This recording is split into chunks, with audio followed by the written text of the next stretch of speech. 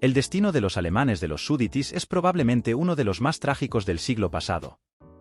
Atrapados entre la cultura alemana y la checa, fueron anexionados al Reich alemán durante 1938 años, para más tarde perder todo lo que poseían y ser expulsados para siempre. Sin embargo, la historia milenaria de este grupo étnico sigue teniendo muchas facetas y se caracteriza por constantes altibajos. Pero, en primer lugar, ¿por qué un número tan grande de alemanes se encontró en la República Checa? ¿Por qué los alemanes de los Súditis se convirtieron repetidamente en peones de las grandes potencias y qué ha sido de este grupo étnico hasta nuestros días? Analizamos todas estas fascinantes cuestiones en el vídeo de hoy. En primer lugar, echemos un vistazo a quiénes son exactamente estas personas, conocidas como alemanes de los Súditis, y a qué país llamaban hogar.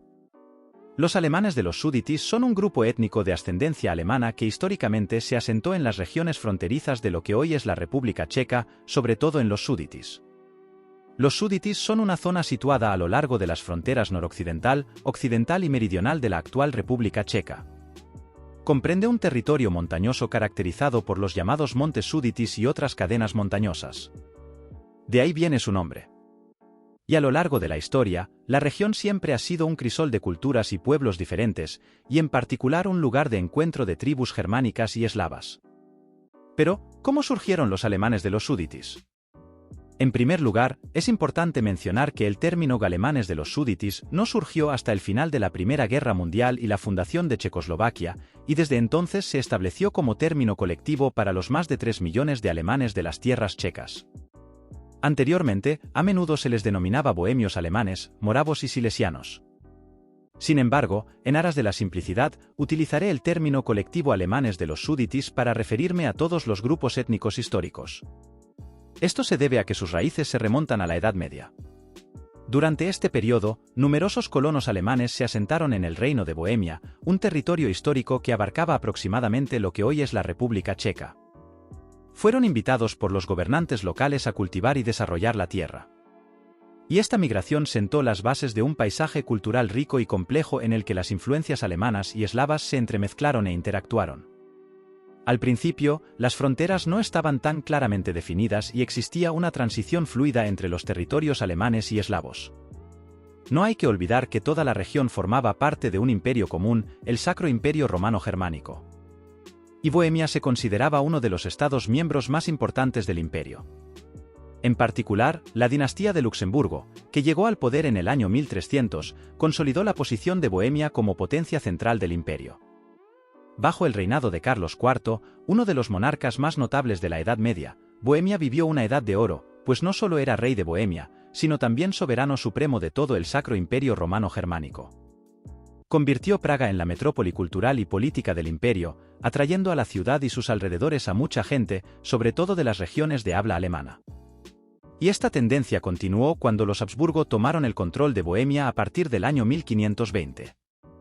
Los Súditis se integraron firmemente en las estructuras de la monarquía de los Habsburgo, y la comunidad alemana de los Súditis contribuyó significativamente a la prosperidad económica de la región, fomentando el comercio, la artesanía y la cultura.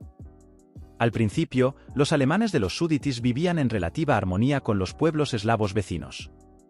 Pero saltemos ahora 400 años hacia adelante, una época en la que todo el continente europeo experimentó una enorme agitación. En muchas partes del continente se extendió una oleada de movimientos nacionales que cambió para siempre la faz del continente. Esta época se caracterizó por el auge del nacionalismo y la búsqueda de la autodeterminación, en la que tanto la comunidad alemana de los Súditis como la checa buscaron su lugar en el cambiante panorama político. Fue una época de cambios en la que se sentaron las bases de los futuros conflictos que caracterizarían el siglo. Y uno de estos puntos de inflexión en la historia de los alemanes de los Súditis fue la Primera Guerra Mundial. Como muchos otros grupos de población del Imperio Austrohúngaro de los Habsburgo, los alemanes de los Súditis fueron movilizados para servir en el ejército imperial. Sin embargo, durante la guerra, que fue extremadamente impopular para muchos grupos étnicos de Austria-Hungría, también creció la conciencia nacional y este proceso condujo a la ruptura de la monarquía dual durante la guerra. A partir del año 1918, surgieron numerosos estados nuevos en el antiguo territorio de Austria-Hungría. Uno de estos estados fue la Primera República Checoslovaca, que incluía todo el territorio de la antigua Bohemia y, por tanto, también los Súditis. La minoría alemana se encontró así en una realidad política completamente nueva después de la guerra. Aunque la República encarnaba los principios democráticos, los alemanes de los Súditis vivieron un periodo de marginación e incomodidad, pues sentían restringidos sus derechos culturales y políticos. El joven Estado checoslovaco se enfrentaba a la consolidación del poder y a la definición de una identidad nacional común, lo que dejaba poco espacio para las demandas de los alemanes de los Súditis. Estas tensiones provocaron un descontento creciente y prepararon el terreno para los acontecimientos venideros.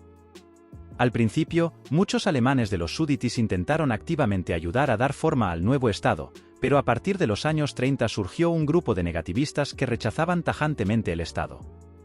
El término negativismo es lo contrario de activismo y se caracterizaba por los boicots de la población alemana y los planes activos de separarse de Checoslovaquia.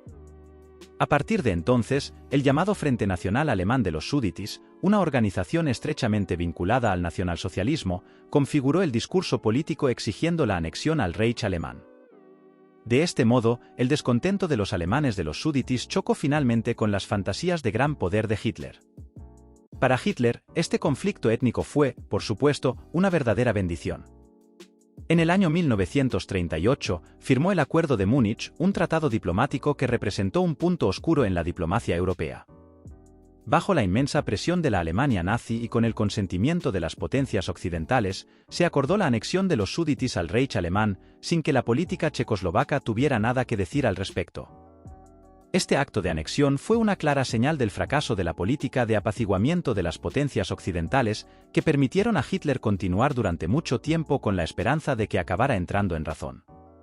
De este modo, los Súditis volvieron a casa del Reich, como los llamaba Hitler. Aunque hubo algunas voces críticas desde los Súditis, la mayoría de los alemanes estaban muy contentos con ello. Comenzó la sincronización inmediata de la población y los alemanes de los Súditis participaron en el Holocausto, el asesinato de Sinti y romaníes y otros crímenes cometidos por el régimen nazi. Y la minoría checa de los Súditis fue gravemente oprimida y a menudo obligada a realizar trabajos forzados. Pero su destino pronto iba a cambiar. Tras el final de la Segunda Guerra Mundial, bajo la presión de los aliados y con la aprobación de la Conferencia de Potsdam, se aplicó una política radical de expulsión de la población alemana de los Súditis. Muchos fueron expulsados a la fuerza, numerosas personas murieron y la comunidad que había existido durante siglos se vio repentinamente desgarrada. Solo se permitió quedarse a unos pocos trabajadores cualificados necesarios, así como a opositores y perseguidos del régimen nazi, el resto tuvo que abandonar su antigua patria. Muchos huyeron entonces a Baviera, Hesse, Sajonia-Anhalt y Turingia. Sin embargo, la integración de los alemanes de los Súditis no fue fácil, ya que ahora a menudo eran estigmatizados y se enfrentaban a una crisis de identidad. No fue hasta la década de 1970 cuando los alemanes de los Súditis empezaron a asimilarse lentamente y se integraron en las comunidades alemanas.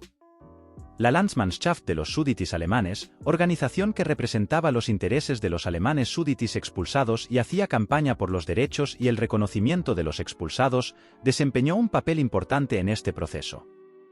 Y en 1997, la reconciliación entre los alemanes de los Súditis y los checos alcanzó un hito importante cuando se firmó la Declaración Germano-Checa. En ella se formulaba la intención común de superar el pasado lastrado y fomentar las relaciones amistosas. Este acuerdo sentó las bases de una nueva era de respeto mutuo y cooperación, en la que ambas partes asumieron su responsabilidad por las injusticias cometidas. Y hasta hoy, los alemanes de los Súditis se han integrado con éxito en la sociedad alemana. Para preservar la lengua, se elaboró un diccionario del alemán de los Súditis en el que se recogen los dialectos y variantes.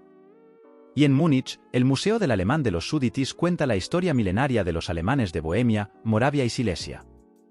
Si algún espectador con raíces en el alemán de los Súditis ve este vídeo, me encantaría conocer su historia en los comentarios.